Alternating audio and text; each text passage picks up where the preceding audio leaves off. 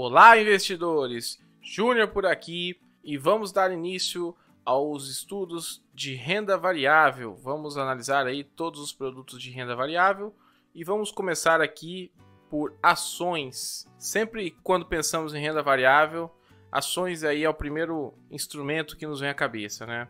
Então esse é o principal e mais difundido instrumento quando se pensa em renda variável. Por isso, vamos começar por ele para nos aprofundar e até porque ele vai ser importante para o entendimento dos demais tipos de investimento de renda variável. Então, primeiramente, a gente precisa entender o que é uma ação, né? A gente sempre ouve muito falar, negociação em bolsa de valores, mas vamos ao conceito.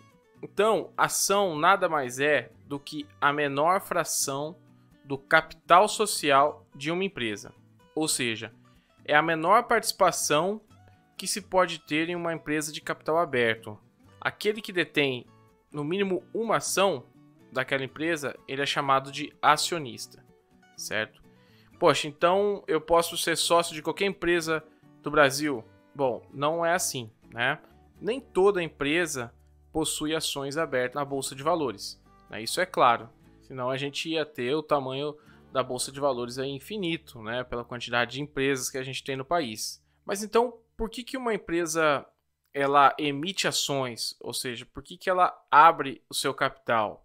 Né? Quando uma empresa ela negocia ações na Bolsa, é porque ela tem o seu capital aberto, que a gente fala, né? O seu capital social, ele foi aberto, e a gente vai estudar por qual motivo que a empresa faz isso, e aí ela passou a ser negociada em Bolsa, né? Ela passou a dar oportunidade para que essas pessoas físicas entrem como sócias, claro, de uma fração muito pequenininha, como a gente viu no conceito de ação, mas elas entrem como acionistas dessa empresa, certo? Mas lembrando, somente as ações de capital aberto são aquelas que são negociadas em bolsa de valores.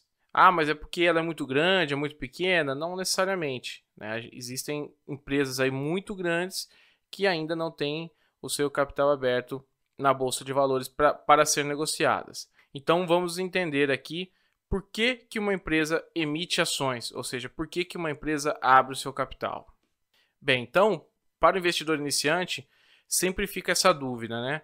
Qual que é o motivo de uma empresa ela abrir a possibilidade de uma pessoa física ou de uma pessoa jurídica ir na bolsa e passar a ser sócio dela comprando apenas uma pequena fração? Então, por que os fundadores dessa empresa eles acabam dividindo os lucros com milhares de pessoas quando eles poderiam simplesmente manter os lucros para si próprios? Essa é uma dúvida muito comum quando as pessoas começam a investir e começam a entender esse universo de renda variável que principalmente a gente tem como instrumento as ações, certo? Bom, é muito simples a razão e a gente vai te explicar. O motivo pelo qual uma empresa ela emite ação ou abre o seu capital é porque em algum momento toda empresa ela vai precisar de dinheiro para crescer, certo? Uma empresa, então, quando ela cresce muito, ela vai precisar de dinheiro para se financiar. E como que elas podem fazer isso? Bem, existem algumas opções, né? Primeiro, ela pode fazer um empréstimo, e aí esse empréstimo pode ser através de instituição financeira, pode ser também através de fusões e aquisições, certo? Mas também pode ser através de levantamento de fundos com a venda de uma parte da empresa, que é conhecida como a emissão de ações. Então, quando uma empresa ela pretende expandir e pretende fazer isso através da emissão de ações, ou seja, da abertura do seu capital em bolsa de valores, nada mais é do que ela está fazendo a venda de uma parte dessa empresa e pulverizando aí em vários acionistas. Então, esse é um instrumento através do qual uma empresa ela levanta recursos para poder se expandir, certo? Assim, uma empresa ela pode pedir um empréstimo de um banco ou optar pela emissão de ações. Ambos os métodos existem para financiar investimentos e dívidas, ok? Quando a empresa opta por emitir ações, ou seja, por abrir o seu capital social, o processo é chamado de financiamento através de capital próprio. A emissão de ações ela é vantajosa para a empresa porque ela não exige que a empresa devolva o dinheiro ou faça o pagamento de juros ao longo do tempo, como acontece se ela fizer um empréstimo junto a uma instituição financeira. Tudo que os acionistas obtêm em troca do seu dinheiro é a esperança de que essas ações irão valer mais do que o que eles pagaram por ela e que recebam também os benefícios de uma boa gestão dessa empresa, como dividendo, juros sobre capital próprio, entre outros instrumentos que a gente vai ver aqui, que são os benefícios do acionista. Então, aqui a gente te explicou por qual motivo que existem empresas que abrem ações na bolsa, existem algumas ainda que não abriram e também que nem vão abrir, até porque eles podem conseguir se financiar de outra forma ou não pretendem a fazer uma expansão tão significativa que necessite de capital para se financiar, ok? E aí, a gente vai falar um pouco agora sobre a classificação de ações por valor de mercado. Então, aqui a gente está falando dessas empresas que já têm seu capital aberto, que já são negociadas em bolsas. Então, existe uma forma aí muito comum no mercado de classificá-las de acordo com o seu valor de mercado. Cada empresa na bolsa, ela possui um tamanho e um valor de mercado diferente. Não quer dizer que ela abriu seu capital, que ela é uma empresa muito grande. Então, a gente tem ali uma quantidade considerável aí de empresas de diferentes portes dentro da bolsa de valores. De acordo com o valor de mercado de cada empresa, nós podemos dividir essas companhias negociadas em bolsas entre as seguintes classificações: microcaps, small caps, mid caps e large caps, certo? Poxa, mas o que são esses nomes? O que quer dizer isso? É bem simples, tá? Isso aqui é mais para a gente conhecer, aprender, entender toda essa diversidade de empresas que existem na bolsa. A gente vai citar alguns exemplos aqui, mas não é para você decorar, não é para você ficar preocupado. É simplesmente para você ir se familiarizando com esse assunto, ok?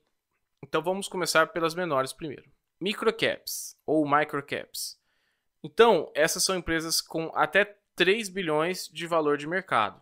E aí, alguns exemplos que nós temos aqui são a Movida, que é uma empresa aí de locação de automóveis, a Sinqia, que é uma empresa de tecnologia, de serviços financeiros, a Home, que é uma empresa aí de peças automotivas.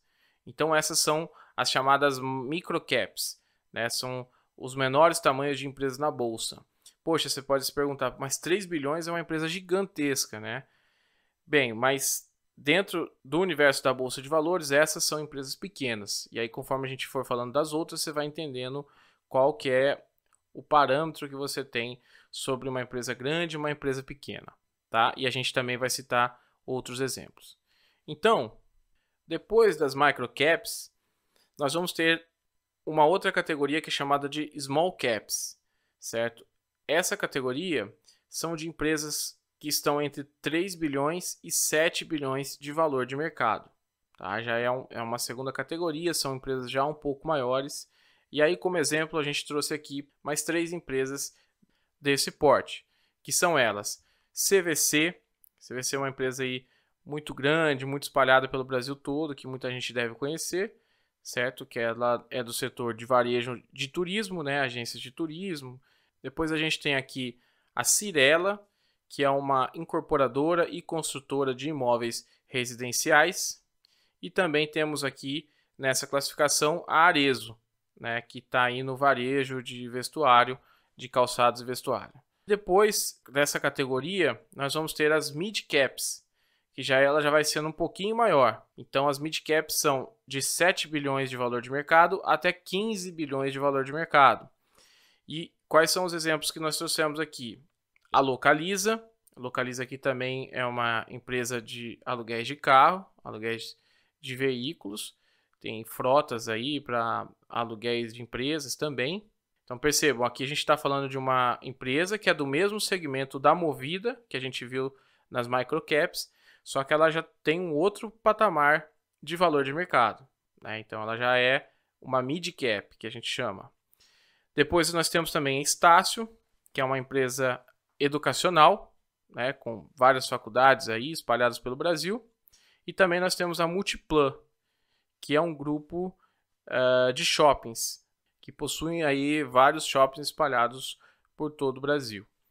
Depois, nós temos aí o último patamar, né, a última categoria, que são as large caps. São as chamadas large caps, aquelas que têm valor de mercado acima de 15 bilhões de reais.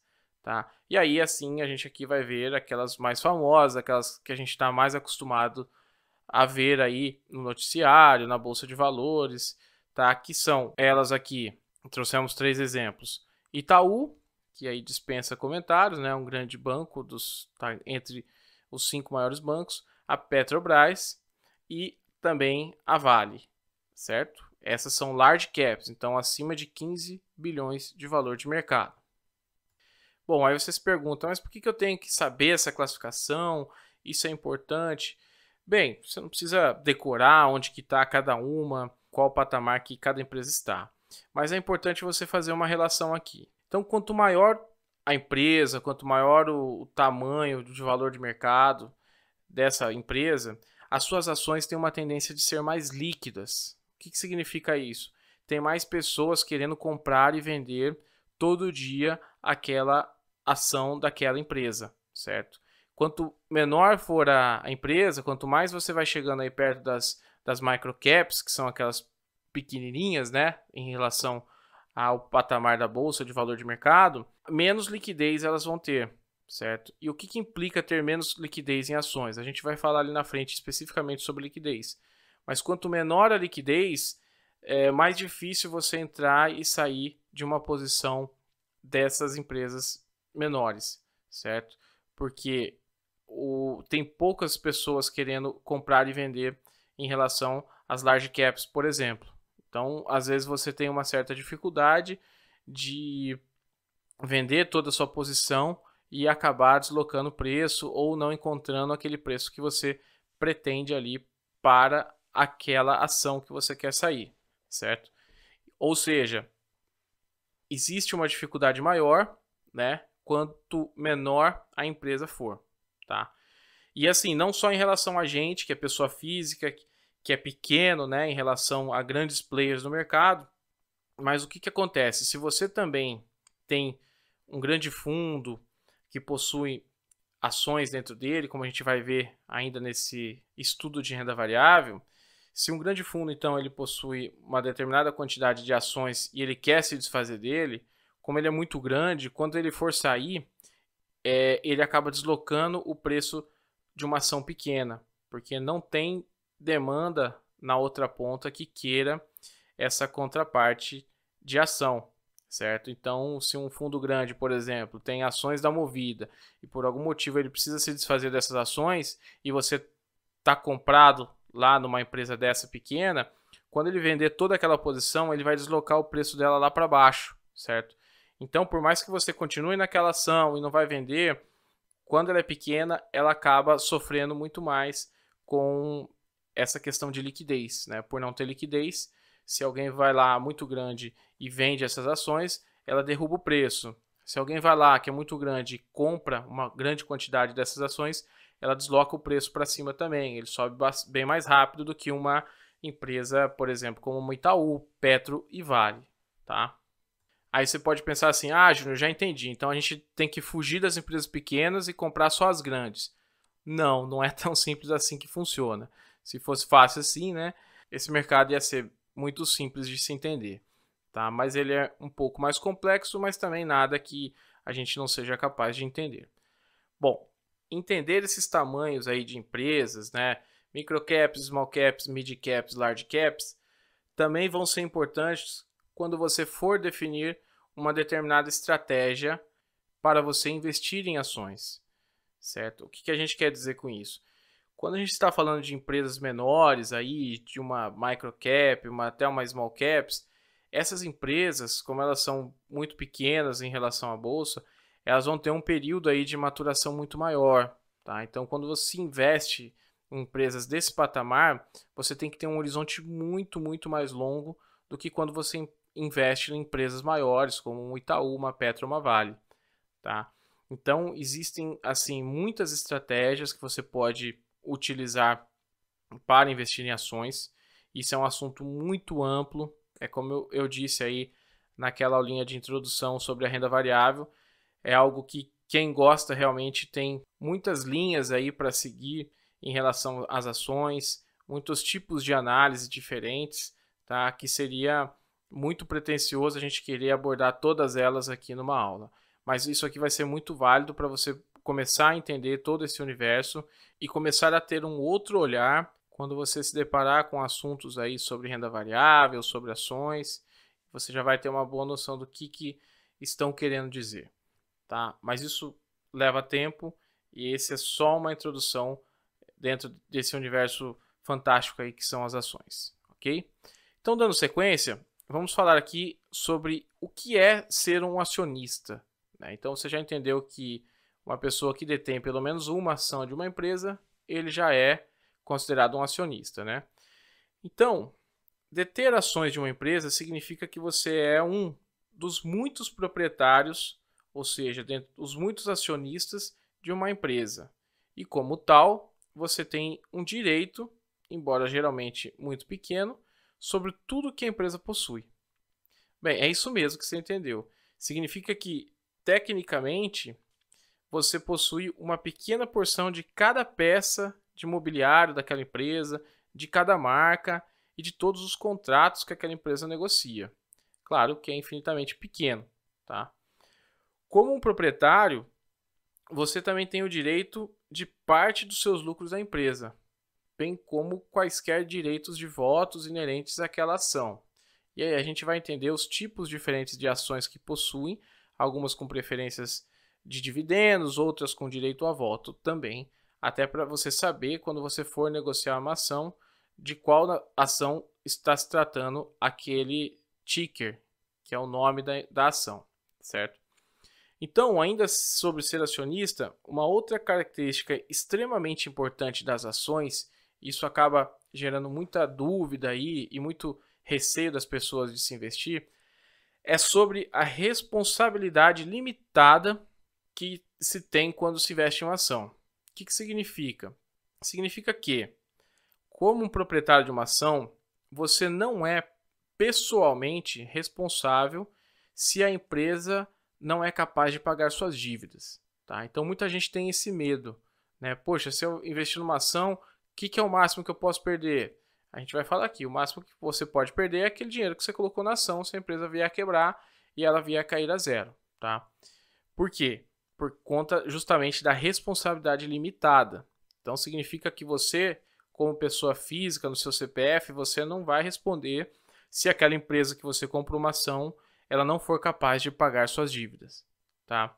Existem outras formas de organizações societárias, por exemplo, que não é o caso de ações, que se a empresa vier à falência, os credores eles podem vir atrás dos sócios, certo? Ou seja, dos acionistas, mas que não são esse tipo de acionista que a gente está falando aqui, certo? É um outro tipo de organização societária. E aí, esse sócio, para poder honrar esses compromissos da empresa, que veio a sofrer uma situação aí de falência, por exemplo, ele vai precisar vender sua casa, vender seu carro, seus imóveis, tá? Mas possuir ações de uma empresa na bolsa de valores significa que não importa o que aconteça, o valor máximo que você pode perder é o valor que você investiu, certo? Nada além disso.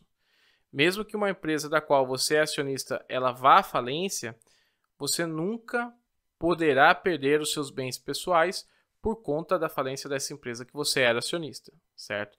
O máximo que você vai perder vai ser aquele dinheiro que você investiu, e aí, como a ação caiu a zero, você não vai ter para quem vender, ou seja, não vai ter ninguém querendo comprar aquela ação e você vai acabar perdendo, tá? Mesmo assim, são casos que acabam sendo bem raros aí de acontecer, mas isso aí não exime da necessidade de você fazer uma boa avaliação e entendendo tudo isso que a gente está falando aqui sobre a empresa, e conforme a gente já informou aqui, a gente vai ainda passar no módulo 5 muitas ferramentas para que você tenha a condição de se aprofundar aí dentro de uma análise, dentro de do estudo de uma empresa. Por mais que você não tenha essa responsabilidade, que se vier a falência você vai perder só o dinheiro que você colocou, não é por isso que você vai acabar investindo aí de qualquer forma, colocando seu dinheiro aí em qualquer empresa.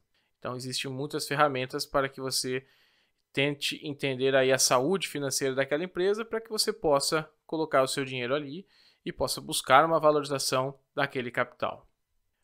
E dando continuidade, vamos entender agora os tipos de ações. Tá? Então, basicamente, existem na Bolsa Brasileira 2 tipos de ações que você pode comprar. Primeiro são as ordinárias, que a abreviação aí é ON, né? Ordinárias nominativas.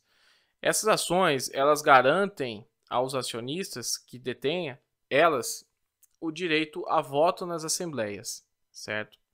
E aí depois das ordinárias a gente tem as preferenciais, que a abreviação é PN, que é preferenciais nominativas.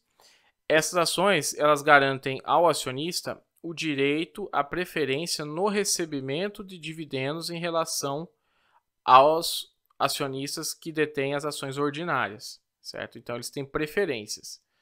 Eles são prioritários no caso da distribuição dos dividendos em relação ao outro tipo de ação. Recebem 10% a mais de dividendos em relação às ordinárias. Se a empresa ela ficar 3 anos sem distribuir dividendos, os acionistas das preferenciais nominativas, eles passam automaticamente a ter direito a voto, ou seja, a ter os mesmos direitos daqueles acionistas que têm as ordinárias. Tá? E aí é importante, as empresas que abrem o capital, ou seja, aquelas que passam a ser negociadas em bolsas, elas devem ter obrigatoriamente no mínimo 50% das ações sendo do tipo ordinárias nominativas. Tá? Então é obrigatório que pelo menos 50% das ações que forem negociadas, elas sejam para acionistas que vão ter direito a voto nas assembleias dessas empresas. Ok? Então, basicamente, essa é uma divisão que existe, ON e PN, tá? É importante você saber disso também, porque isso vai influenciar nas estratégias quando você vai investir numa ação. Então, se você tiver 2 tipos dessas ações, você vai saber quais são os benefícios e desvantagens de uma e de outra, ok? Bom, dando sequência, a gente vai falar agora sobre ticker. O que é ticker? Né? Esse nominho aí nada mais é que a identificação de uma ação no mercado, numa corretora ou na bolsa de valores. Tá? Então, quando você for aí no seu home broker, lá na sua corretora, ou mesmo em sites para procurar informações a respeito da empresa que você quer analisar ou você tem e quer saber como ela está, você vai sempre procurar pelo ticker, né? Então, o ticker, como que funciona? O ticker ele é composto por 4 letras maiúsculas, tá? E um número no final. Por exemplo, aqui, um exemplo muito clássico da nossa bolsa é a Petrobras, tá? Então, a Petrobras, o ticker dela é o PETR3, quando elas forem ordinárias, e o PETR4, quando elas forem preferenciais. Aí, lembrando, é o que a gente acabou de ver aqui atrás. As ordinárias são as ONs, aquelas que detêm aos acionistas o direito a voto, tá? E as preferenciais, aquelas que detêm os acionistas a preferência na distribuição de dividendos, tá? Então, esse númerozinho aí, a gente consegue identificar se elas são ordinárias ou se elas são preferenciais. Então, os números 3 e 4 significam, respectivamente, ordinárias 3 e preferenciais 4. Esses são aí os mais comuns que a gente pode encontrar, tá? Existem ainda alguns outros tickers, que são as units, né, que tem o ticker 11, que na verdade acaba sendo aí um híbrido de ações preferenciais com ações ordinárias, certo? Então, eles acabam juntando no pacote esses 2 direitos aí, mas são alguns casos específicos, tá? O que mais comumente você vai ver é esses finais 3 e 4, que o 3 é a ordinária e o 4 são as preferenciais. E dando sequência, vamos falar agora sobre lote padrão. O que é lote padrão? Quando você vai numa corretora para fazer uma compra aí e coloca aquele ticker, que é o que a gente falou, no caso da Petrobras lá, PETR3 ou PETR4, tá? dependendo aí se ela é ordinária ou preferencial, você já deve ter percebido, se você já tentou fazer alguma compra, que a quantidade, quando você vai preencher, lá no home broker da corretora, ele vai colocar de 100 em 100. Tá? Aí você pode colocar 100, ou pode colocar 200, ou pode colocar 300. Então, como a gente está falando de lote aqui, para você entender, o lote padrão na bolsa é um conjunto de 100 ações. Poxa, Júnior, mas eu não entendi. 100 ações, e se eu quiser comprar menos? Bom, esse é o lote padrão, tá? Então, quer dizer que se uma empresa ela custa lá, por exemplo, R$ 25, no caso, um preço aí aproximado de Petrobras, depende, claro, de quando a gente está assistindo esse vídeo aí. Então, um lote de 100 ações da Petrobras, você vai pagar, no caso de R$ 25 por ação, você pagaria R$ 2.500, certo? Poxa, então, para comprar ações da Petrobras, no mínimo eu vou ter que pagar aí mais ou menos R$ 2.500, R$ 2.600, dependendo do preço que ela tiver. Sim, para o lote padrão, tá? Mas não se preocupe, você nunca vai precisar somente desses montantes aí de lotes de 100. Por isso, existe o mercado fracionário, chamado mercado fracionário, é onde se é possível comprar de uma em uma ação, tá? Poxa, aí você deve pensar, que bom, então não tem necessidade de sempre comprar de 100 em 100, né? Qual que é a vantagem da pessoa que compra de 100 em 100 e a pessoa que compra de 1 em 1? Bom, aí é importante a gente te destacar a seguinte questão.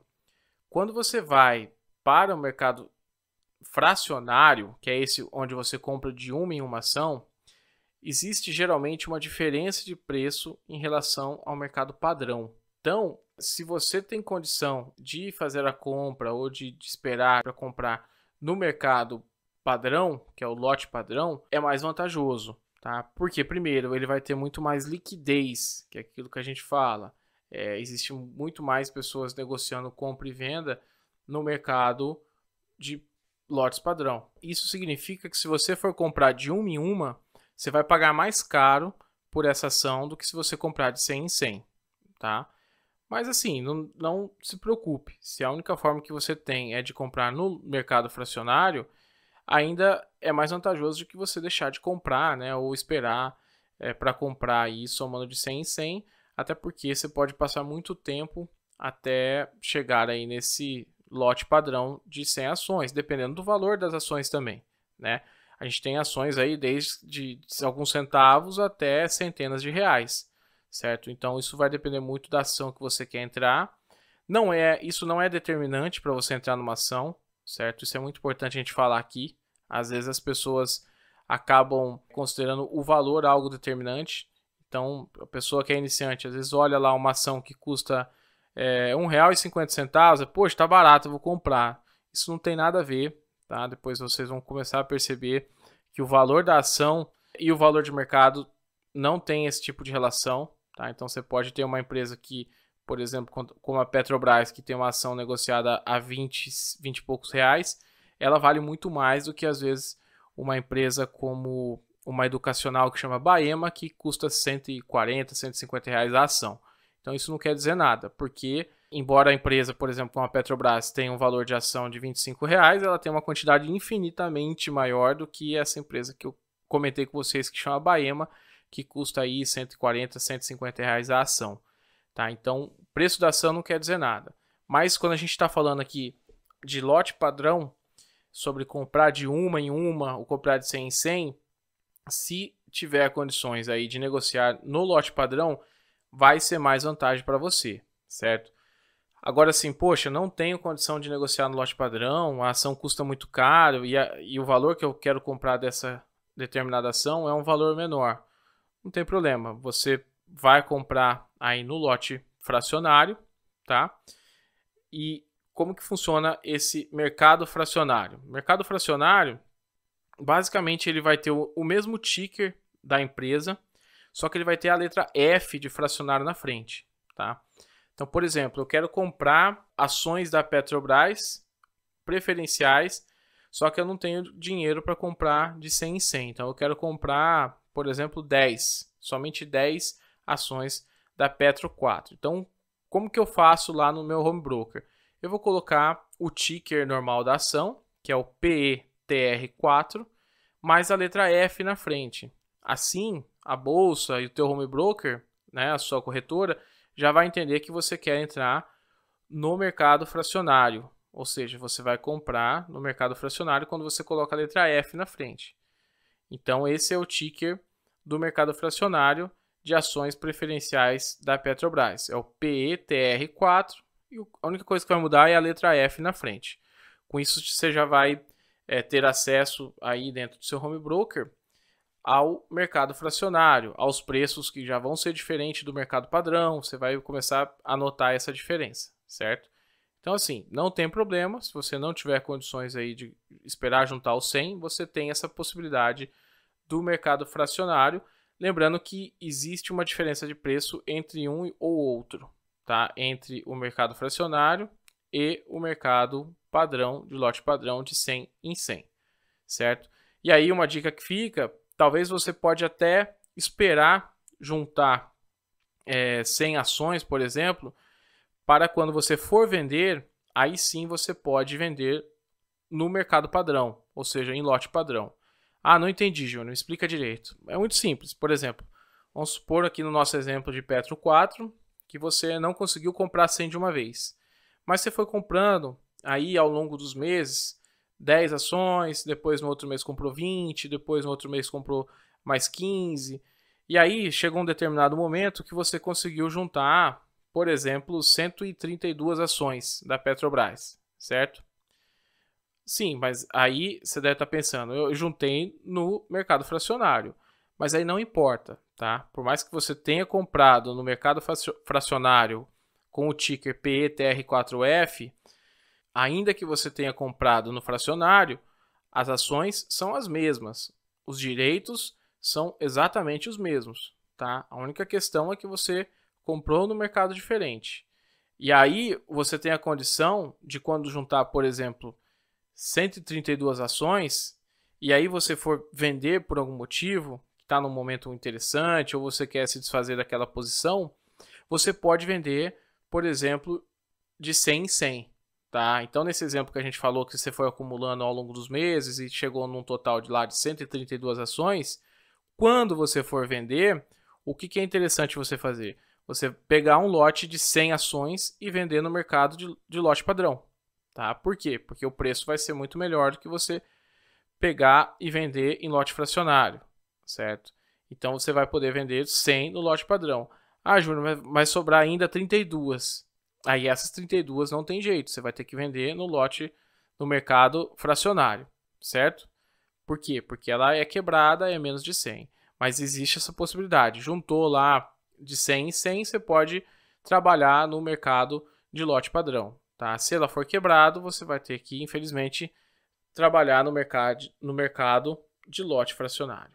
Tá? É muito simples, muito básico, mas é super importante você saber disso, senão você não tem nem como começar a operar aí na Bolsa de Valores, certo?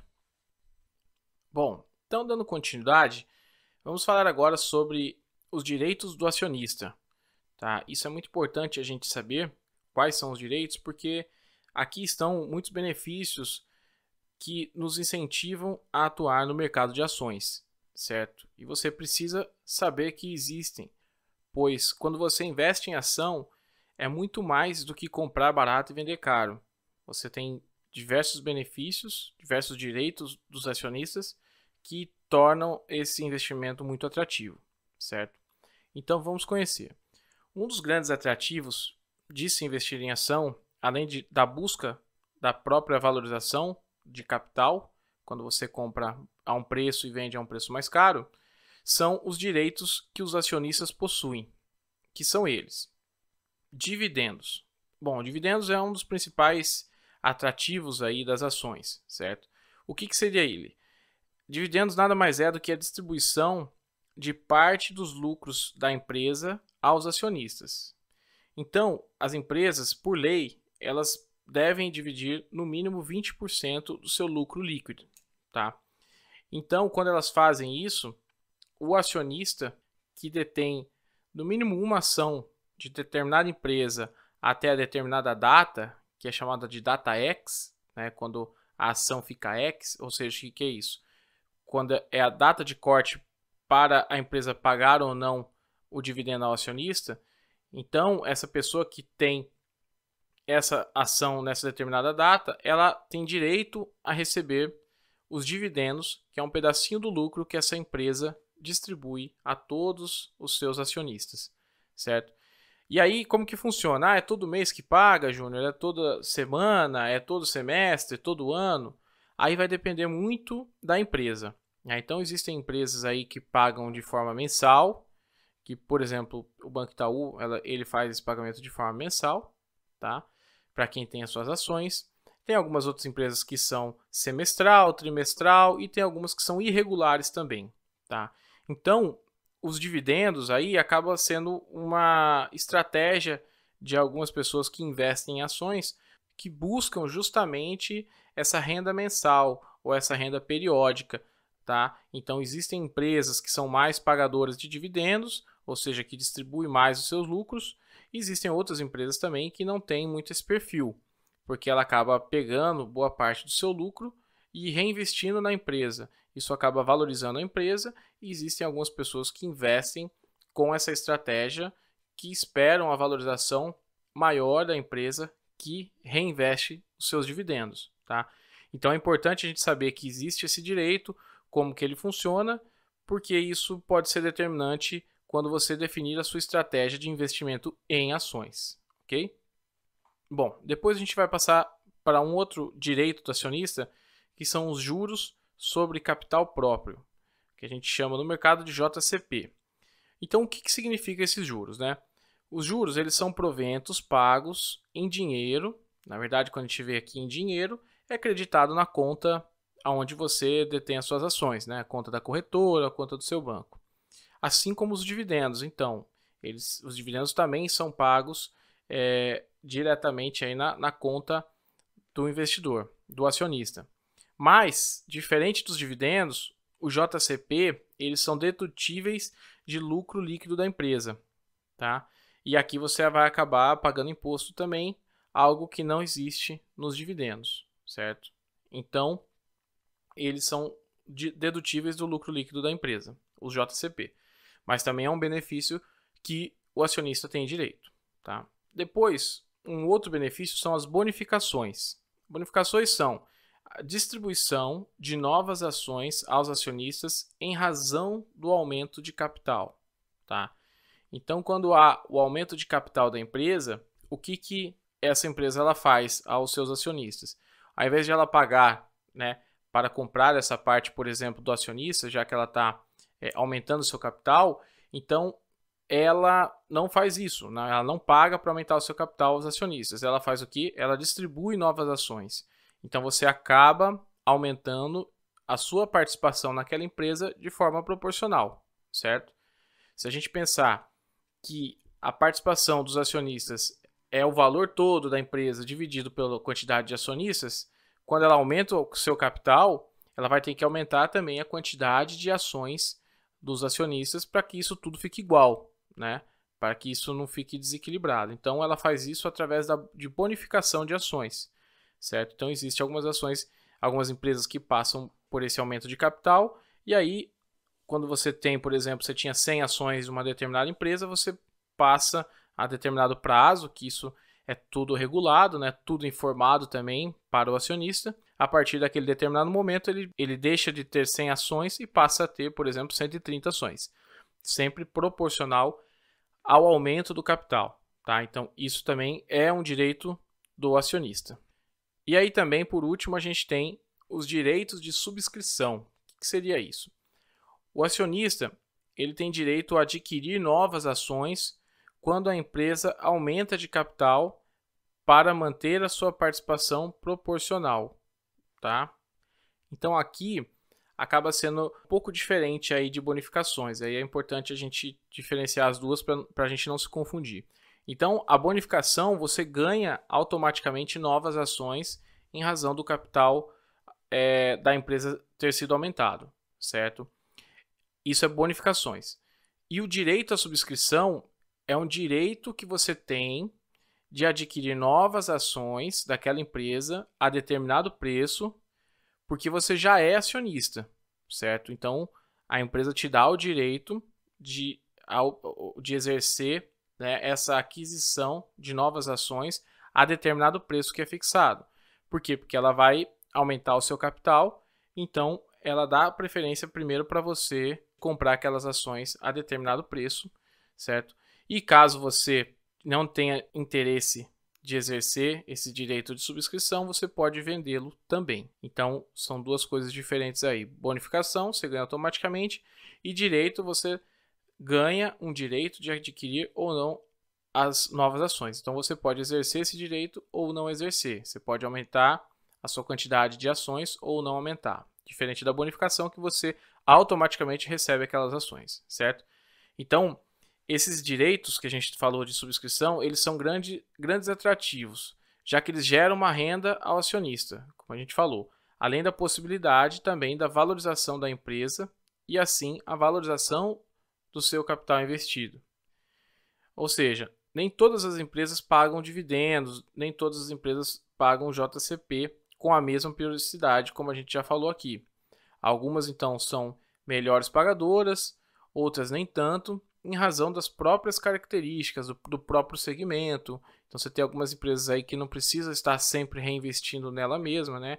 Ela tem toda uma estrutura, né? Tem todo um capital ali que já gera uma determinada renda, então ela acaba precisando distribuir de qualquer forma todo aquele lucro que ela gera, certo? E outras empresas não. Outras empresas estão em franca expansão, outras empresas têm essa necessidade de sempre estar reinvestindo os seus lucros, e aí elas vão ser piores pagadoras de dividendo em relação a essas outras. Isso não significa que ela é ruim, tá? Significa que é uma característica da empresa de pagar mais dividendo ou pagar menos. É aí que entra a arte de selecionar essas ações que são mais pagadoras e as outras que são menos pagadoras, que você vai estar selecionando com outro foco, tá? Então, para adiantar para vocês aqui, a gente vai apresentar no módulo 5 uma ferramenta onde você vai poder selecionar essas empresas melhores pagadoras de dividendo, tá? Onde a gente vai conseguir fazer a classificação de todas as empresas ali na bolsa, quais são as melhores pagadoras dos últimos períodos, e aí com alguns critérios a gente vai conseguir selecionar isso melhor, tá? Então, o que é importante você saber aqui agora é entender tudo isso, né? O que é um dividendo, por que uma empresa paga dividendo, porque a hora que a gente chegar lá, a gente vai estar na parte prática, certo? Então, para a gente não precisar passar tudo de uma vez, a gente passa pela parte teórica e depois a gente vai ter a parte prática. Pode ficar tranquilo, certo? Dando continuidade aqui, a gente vai ver como que funciona esse processo de você comprar uma ação. Aqui não é a parte prática, não é como, entra no home broker, clica aqui, digita isso. Não é isso. São as formas possíveis de você adquirir uma ação. Então, como que eu posso ser sócio aí de uma empresa através de uma ação, né? Como que eu posso me tornar acionista? Muito simples. São duas formas que você pode ter aí de se tornar um acionista. Uma é no mercado primário e outra é no mercado secundário. Poxa, mas o que significa cada uma dessas coisas, né? Muito simples. No mercado primário, é possível você comprar uma ação quando a empresa está abrindo seu capital inicialmente, o que a gente chama de IPO ou IPO, né? Que significa em inglês Initial Public Offering, tá? Ou em português é o OPA, né? Oferta Pública Inicial. Então, o que é isso? Esse é o momento que a empresa está iniciando na bolsa, né? Então, ela está passando por aquele processo que a gente explicou aqui atrás, que é a abertura do seu capital, que até então era uma empresa fechada, né? E ela está abrindo, vendendo uma parte aí do seu capital. Lembrando, por que ela faz isso? Justamente para levantar recursos, para fazer um novo investimento, para fazer uma quitação de uma dívida, né? E para expandir. É justamente por isso que ela faz essa abertura de capital. Então, esse é o mercado primário, quando ela está iniciando, né? Está fazendo todo esse processo de IPO. E como que ela faz isso? Ela faz através de bancos e corretoras, tá? Então, nesse momento, a empresa vai fazer a abertura, ele vai ter um determinado cronograma, onde você vai, através do seu banco, da sua corretora, pedir uma reserva de acordo com o valor mínimo que sair dessa oferta pública. Esses valores aí vão ser fechados, ver se chegaram aí num mínimo que foi estipulado para essa abertura de capital. Então é todo um processo muito bem regulado pela Bolsa de Valores, pela CVM, tá? Para que essa empresa inicie esse processo na Bolsa de Valores. Então tem muitos estudos que são feitos, é feito tudo com muita responsabilidade para justamente a empresa não quer se queimar no mercado, né? O que seria isso? Eu vou falar que eu vou abrir as minhas ações, aí não vou ter compradores para aquelas ações, então isso vai fazer que a empresa perca valor de mercado, mesmo antes de abrir. E aí, de repente, numa segunda tentativa, ela já iniciar com menos força nessa bolsa, né?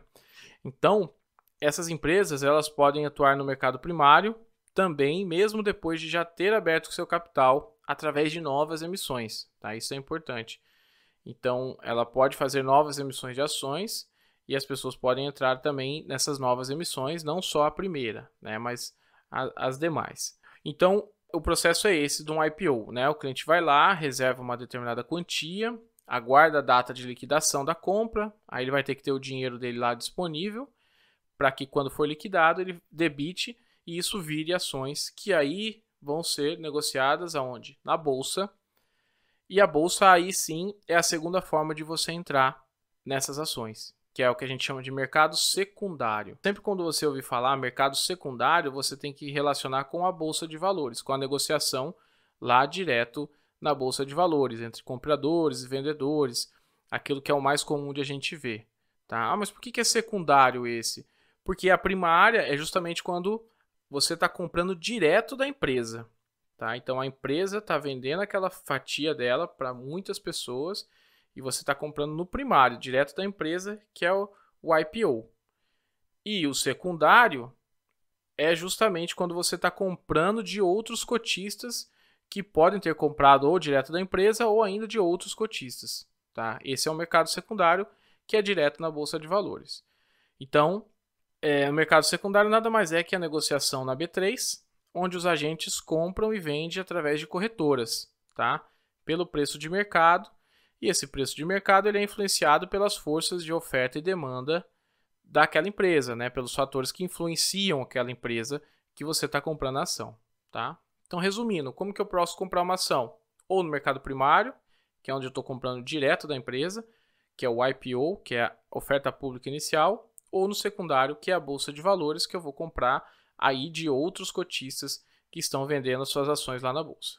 Certo?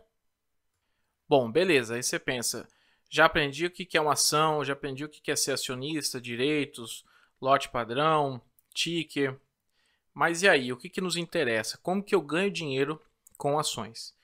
Bom, isso que a gente vai te explicar aqui nessa parte. Então, diferente de tudo que a gente já viu ali na renda fixa, a rentabilidade, no caso de ações, ela vem de duas formas que são bem distintas. Então, primeiro, ganho de capital. O que é isso, ganho de capital? É muito simples. É você comprar uma ação por um preço e vender por um preço maior. Tá? Claro, tem que ser maior porque senão você não vai ter ganho, você vai ter prejuízo. Então, isso aí não é um lucro. Tá? Então, ganho de capital é isso. Quando você entrou ali por determinado valor numa determinada ação e aí quando você vai vender, você tem um lucro em cima. Muito simples. Ou seja, aquela ação ela se valorizou, a empresa ela se valorizou e você saiu aí nesse momento que ela estava valendo mais. Então, essa diferença entre o valor que você vendeu e o valor que você comprou é o seu ganho de capital. Tá? Essa é a parte mais simples da gente entender. Né? Isso eu já imaginava. Né? Eu vou ganhar aí com a diferença entre compra e venda. Então, essa é a primeira forma de você ganhar.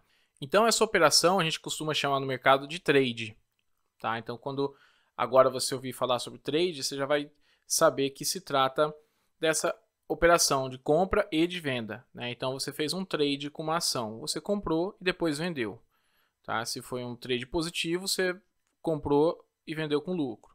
Né? Se for negativo, você perdeu dinheiro e vendeu mais barato do que comprou. Muito simples, até aqui não tem segredo. E aí, para você entender, a gente costuma classificar no mercado essas operações de trade em 3 tipos, basicamente, tá? Que são elas. Primeiro, day trade. Como o próprio nome diz, é a transação que dura apenas um dia, ou seja, você precisa comprar e vender necessariamente dentro de uma mesma sessão da bolsa, dentro de um mesmo pregão que é chamado essa sessão diária da bolsa. Tá? Isso configura o day trade, por isso day de dia, claro, e trade aí de negociação.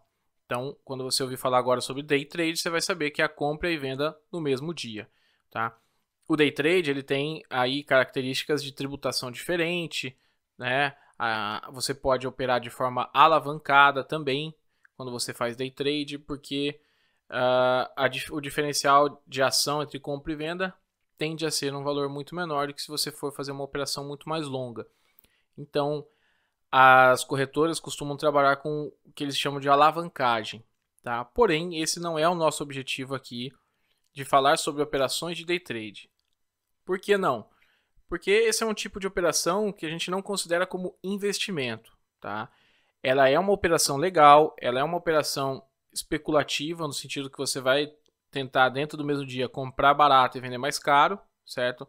Mas não consideramos como investimento, como um lugar que você vai colocar seu dinheiro e esperar ele rentabilizar. Não é o nosso objetivo. Tá? Day trade é muito legal para quem gosta disso, envolve um risco super alto, altíssimo, muito mais que a negociação com ações aí de longo prazo, que a gente vai ver aqui. Mas ele tem um objetivo específico, tá? É uma atividade que muitas pessoas até vivem disso hoje em dia, mas não é o nosso foco de objetivo de investidor, certo? Então, nenhuma pessoa ela investe em day trade, ela faz day trade aí por uma atividade especulativa para tentar viver daquilo, ganhar um pouco por dia, tá? Não confundam isso com investimento no conceito que a gente está trabalhando aqui. Que conceito é esse? Conceito de carteira, conceito de longo prazo, certo? Então são coisas totalmente diferentes e é bom que isso fique claro para você. Bom, depois do day trade a gente vai ter o que a gente chama de swing trade. O que significa swing trade?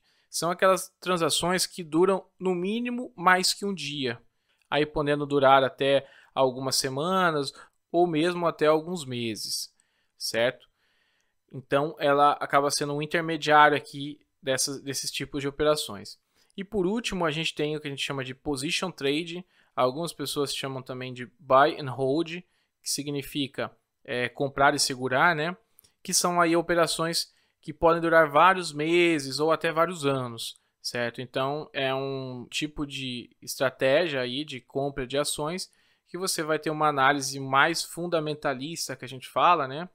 Que é você analisar aqueles fundamentos da empresa, para ter uma visão de longo prazo, uma visão dessa maturação da empresa, onde você vai poder ganhar com essa valorização das ações e mesmo aí com os dividendos, com aqueles direitos dos acionistas que a gente passou por aqui, tá? Mas é importante você saber que essa é a primeira forma de você ganhar dinheiro, né, com o trade, ou seja, com o ganho de capital, o valor que eu comprei descontado do valor que eu vendi, e saber que a gente classifica dessas três formas as operações em ações. Então lembrando, day trade é o mais curto, de um dia só, swing trade no mínimo mais que um dia, podendo durar até semanas ou meses, e o position trade ou buy and hold, que é aquele mais longo, é aquela operação mais longa que você vai comprar aí para perder de vistas, certo? E aí, o trade, né, o ganho de capital é a primeira forma de você ganhar dinheiro com ações, tá? É bom você saber dessa diversificação, porque aí para cada um desses tipos de transações aí, cada um desses trades, existem diversas estratégias diferentes, tá? Mas isso aqui é o básico que você precisa saber. E depois, outra forma de ganhar dinheiro é com aquilo que a gente já falou, né? Com os dividendos, com os juros, com as bonificações. Essa é uma outra forma de ter rendimento com ações, porque de qualquer forma você está recebendo aí um rendimento em cima daquela posse, daquela quantidade de ações que você tem. Mas como a gente disse, não existe nenhuma padronização ou nenhuma periodicidade. Precisa ser analisado cada empresa dentro da sua realidade, dentro da sua atividade, do seu setor, enfim, tem uma infinidade de análises que precisam ser feitas para a gente selecionar aquelas melhores empresas que são pagadoras de dividendo, por exemplo. Então essa pode ser uma estratégia específica que você pode adotar, selecionar empresas boas pagadoras de dividendo, ok? Aqui a gente então termina a questão de como que a gente pode ganhar dinheiro e aí a gente vai entrar aqui em alguns conceitos mais gerais que a gente já vem comparando com os outros tipos de investimentos. Então a gente vai falar aqui sobre liquidez de ações, né? Como que funciona a liquidez de ações? Eu posso comprar, posso sair a hora que eu quiser, né? Ou eu tenho que esperar algum período, tenho que esperar algum prazo? Bom, basicamente você não tem nenhuma periodicidade de carência, vamos falar assim, depois que você compra uma ação, tá? Então, como a gente disse, você pode, por exemplo, atuar no day trade, comprar a ação nesse minuto e vender no minuto seguinte, né? Algumas operações de day trade não duram nem um minuto, duram segundos. Então, você não tem nenhuma limitação para vender essas ações quando a gente está falando de negociação com ações. E sobre liquidez, o que é importante a gente falar? As empresas aí, na sua grande diversidade que possuem dentro da Bolsa de Valores, né? Então a gente já viu ali o tamanho das empresas, a gente tem micro caps, até large caps e o diferencial do tamanho de valor de mercado de cada empresa. Nesse universo todo existe diferentes tipos de liquidez de cada ação. Então, algumas são mais negociadas em bolsas, como, por exemplo, as grandes empresas, né, que a gente chama também de blue chips ou large caps. Por exemplo, mais comum na nossa bolsa de valores é a Petrobras e a Vale, né? Então essas aí elas são muito negociadas. Existem outras também, mas a gente cita como exemplo aí que essas têm uma liquidez muito grande. Então existe sempre pessoas querendo comprar e vender, tá? Essas empresas em grandes quantidades. Então, em ações, o conceito de liquidez ele acaba sendo um pouco diferente do que a gente viu lá na renda fixa. Raramente você não vai conseguir vender a sua ação que já possui dentro de um pregão, porque o mercado ele é muito grande, tá? Então tem muitas pessoas que possuem ações e todo dia tem pessoas querendo comprar e vender, independente do tamanho. Porém, quando a gente diz que uma ação tem pouca liquidez, é porque quando você tenta vender, você vai achar compradores oferecendo um preço muito abaixo do que talvez ela realmente valha, tá? E por isso não faz sentido você aceitar aquele preço. Por exemplo, suponhamos que você possui um apartamento que é avaliado em 200 mil, mas você está tentando vender ele há muitos anos e não consegue esse preço. Ou seja, ele não tem liquidez. Mas se você anunciar esse apartamento, por exemplo, por 50 mil reais, o que acontece? Vai chover de pessoas querendo comprar, porque ele vai comprar por 50 para ter um lucro em cima e vender mais caro. Na bolsa, a falta de liquidez ocorre mais ou menos dessa forma, mas não com toda essa dimensão, né? Então vai ser um pouquinho diferente. Talvez numa empresa que é menor, ela costuma ter menos liquidez, tem menos pessoas negociando aquelas ações a todo tempo. Então você vai encontrar de repente em um book de ações, que a gente vai falar mais para frente o que é um book, é onde está listado ali todos os compradores e vendedores. Você vai achar, por exemplo, uma ação sendo vendida a R$10,50, né? E tendo o comprador somente a R$10,20. Então é o que a gente chama de spread, né? A diferença entre o comprador que está ali com a ordem dele para comprar e o vendedor que está para a ordem de vender. Então, nesse exemplo que a gente está citando, por exemplo, você tem uma diferença aí de 30 centavos, né? O comprador colocou a ordem dele lá a R$10,20 e o vendedor colocou a ordem dele a R$10,50. E nesse meio, a R$10,30, R$10,40, não tem ninguém para comprar e vender. Ou seja, quando uma empresa ela tem pouca liquidez, é comum que isso aconteça. Isso acontece normalmente com empresas menores, tá? Agora, quando você pega uma Petro ou uma Vale, você dificilmente vai ter um spread desse que a gente chama, tá? Então, como ela é negociada a cada 1 centavo, o máximo que você vai ter vai ser, por exemplo, uma ação ali de Petro, por exemplo, sendo vendida a R$25,50 e sendo comprada a R$25,49, tá? Então você vai ter no máximo aí, normalmente acontece isso, né? Vai ter um spread muito pequeno, né? No máximo, pode acontecer num determinado momento ali do mercado, alguém vir ali comprar uma grande quantidade e abrir um spread, mas logo ele é fechado. Logo entram compradores e vendedores em todos os níveis de preço que a gente chama, tá? Por quê? Porque ela é uma ação muito líquida. Quando é uma ação pouco líquida, ou seja, uma empresa pequenininha ali na bolsa, uma micro cap, uma small cap, de repente você vai ter um spread, ou seja, uma diferença entre quem quer comprar e quem quer vender maior, tá? Então é isso que a gente chama de pouca liquidez na bolsa. Então, por exemplo, imagine que tenha naquele caso que a gente falou, um querendo comprar a R$10,20, outro querendo vender a R$10,50. tá? E nesse meio de 30 centavos aí você não tem ninguém. Então, se vamos supor que o preço justo daquela empresa ali seja 10,30 e você queira sair daquela ação, você não vai conseguir porque o máximo que estão ofertando é 10,20, tá? Então, isso é o chamado spread, esse é o problema de você ter uma ação de baixa liquidez. E agora a gente vai falar um pouco sobre taxas, né? Que isso é muito importante, muita gente fica em dúvida quando quer negociar ações na bolsa. Bom, é muito simples e a gente vai trazer aqui uma por uma. Primeiro é a corretagem, né? A tão famosa corretagem aí.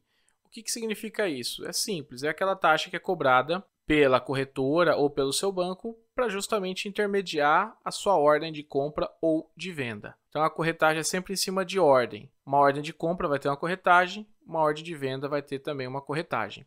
Pensa assim como você fosse comprar ou vender um imóvel, né? Você sempre faz isso através de um corretor. Então, ele precisa cobrar porque ele vai sobreviver daquilo ali, né? Ele vai cobrar uma intermediação por estar oferecendo, mostrando lá teu imóvel para o vendedor ou para o comprador.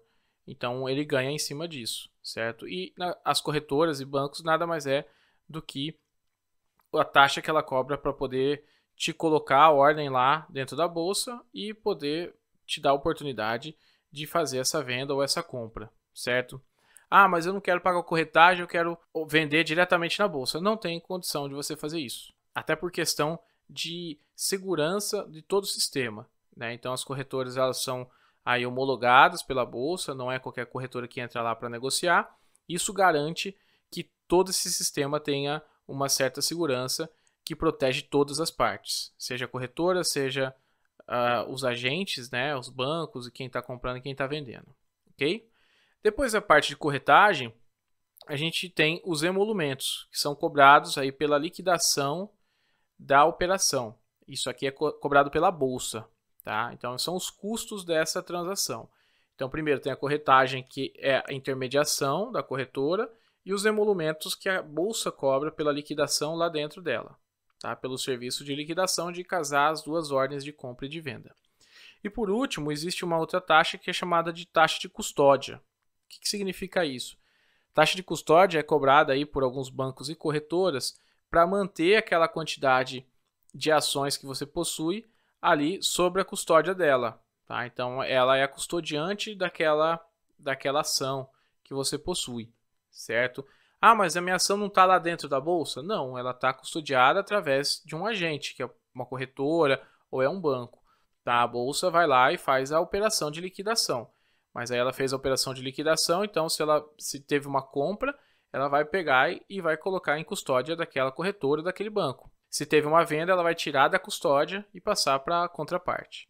O que você precisa saber a respeito das taxas? Primeiro, atualmente, as corretoras praticamente zeraram todas as custódias, tá? Então, em termos de corretora, é muito difícil você pagar a custódia, ou seja, pagar para manter a sua açãozinha lá, porque elas querem tornar esse negócio atrativo e querem ganhar em outros serviços, tá? Então a questão da custódia, que é essa última que a gente falou, para você manter as suas ações na corretora ou no banco, as corretoras hoje praticamente zeraram.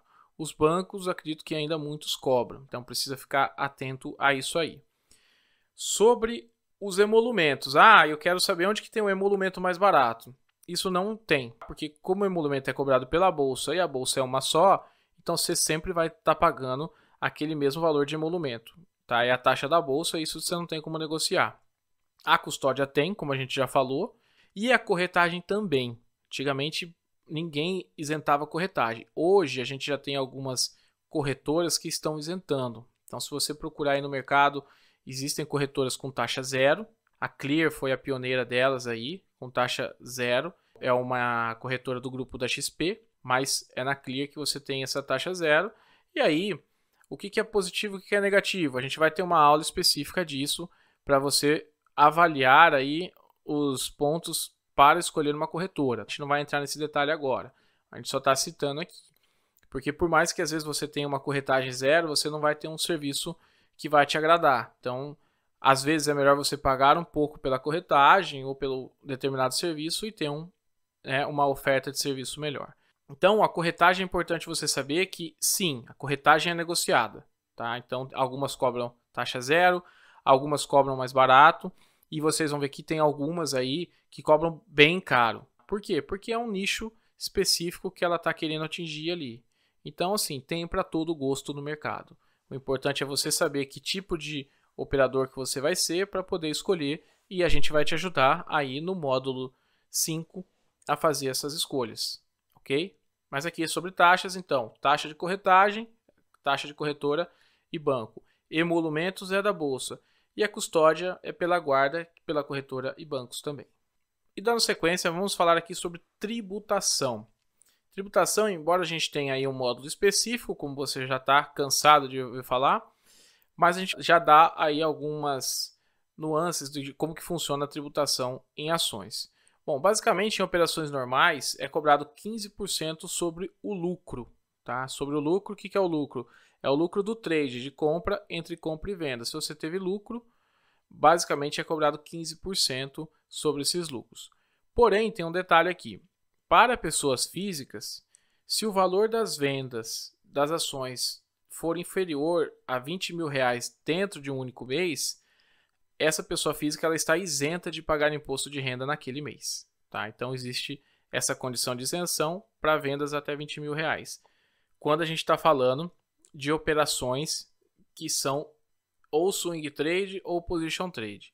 Quando a gente vai falar de day trade, é diferente. Lembrando, day trade é aquela compra e venda no mesmo dia.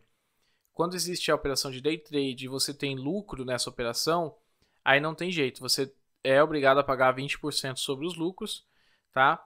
E aí a gente vai detalhar mais no módulo ali na aula específica sobre esse pagamento de lucro. Na verdade, você vai calcular tudo que foi feito dentro de um mês e vai pagar até o último dia do mês subsequente, certo? Mas só para você ter uma ideia de como que funciona. E lembrando, dividendos são isentos de tributação, tá? Então aquele pagamentinho mensal lá de dividendos que algumas empresas têm mensal, outras trimestral e outras têm pagamentos regulares, você não vai ser cobrado por imposto em cima daqueles valores de dividendos. JCP, aí sim, tem imposto também. E a gente vai detalhar isso aí no módulo específico. E por fim, sobre garantias, né? FGC, já deve se imaginar aí que FGC não cobre ações, tá? Mas por quê? Bom, porque primeiro não é um crédito, né? Então não é da natureza de cobertura aí do fundo garantidor. Lembrando que o fundo garantidor aí é uma espécie de reunião de instituições financeiras que contribuem aí para esse fundo para que possa garantir os seus papéis. Mas a gente está falando aí mais de instituição financeira. Como empresas, a gente está falando de ações, não cabe aí o FGC, então é importante que você saiba que não tem nada a ver FGC aqui, mas a gente está trazendo só para efeito comparativo com outros investimentos, ok? Bom, por fim, onde a gente pode encontrar, simples, né, gente? Bancos digitais, corretoras, hoje ações aí você acaba não tendo muita limitação. Todos esses que trabalharem com corretoras, né, com home broker, por exemplo, você vai ter condição de acessar esse mercado, tá? E lembrando, uma vez que o seu banco, a sua corretora te oferece o acesso à bolsa, você vai ter acesso a todas as empresas que são negociadas em bolsa, claro, né?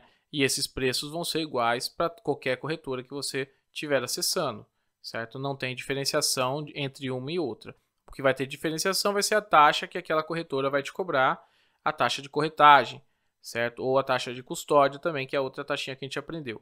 Mas a questão de preço vai ser sempre igual, tá? O mercado, todas elas vão lá e acessam o mesmo mercado, que é a bolsa que faz essa intermediação, ok?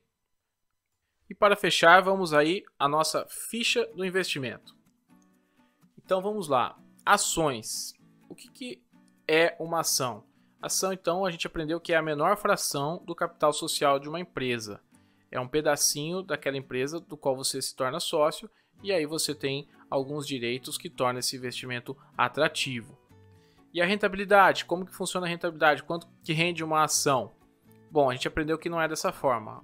A própria renda variável, a sua natureza, não nos permite saber quanto que vai render uma ação. Tá? Ela é negociada a valor de mercado. As formas que a gente tem de ganhar dinheiro com ação é no ganho de capital, ou seja, vendendo por um preço acima do que aquele preço que a gente comprou. Tá? Então aí eu vou ter um ganho de capital. Essa é uma forma e esse valor é negociado a mercado de acordo com as forças de oferta e demanda. Outra forma de ganhar dinheiro com ações, através dos dividendos, que é a distribuição de lucro dessas empresas. Também sobre os juros de capital, que é um outro direito do acionista. Essas são as formas de rentabilizar uma ação. Onde investir? Bom, a gente hoje praticamente encontra em todo banco que trabalha com corretoras, com home broker, né? Por exemplo, bancos tradicionais, bancos digitais e as próprias corretoras de valores. E o risco, como que funciona esse risco de ações? Bom, o risco de ações vai ser aquele risco máximo que a gente pode ter, porque a gente está tratando de uma renda variável que sofre influências aí a todo momento em seu valor de mercado, tá? Então é o nosso risco máximo aqui, é o risco arrojado. Por isso que a gente vai ver ali na formação de carteira que a gente precisa alocar de forma correta dentro da proporção da carteira esses investimentos. E a tributação, como que funciona? Bom, 15% sobre os lucros que forem realizados, lembrando que para vendas até R$20 mil dentro de um mesmo mês, nas pessoas físicas elas são isentas de imposto de renda, ok? Para day trade a gente tem uma tributação específica, como nós vimos, que é 20%, e aí independe da quantidade que você negociou durante o mês. 20% sempre sobre os lucros, certo? E por fim, como a gente traz para efeito comparativo, o FGC não existe em ações. Por quê? Porque não é da natureza das ações ser um crédito, tá? Então você não está comprando uma dívida, mas sim você está comprando um pedacinho do capital social de uma empresa. Então não tem nada a ver aqui ter uma garantia pelo fundo garantidor que tem como objeto outros tipos de investimentos, como a gente já viu na renda fixa, ok? Assim a gente finaliza ações e nos vemos no próximo investimento.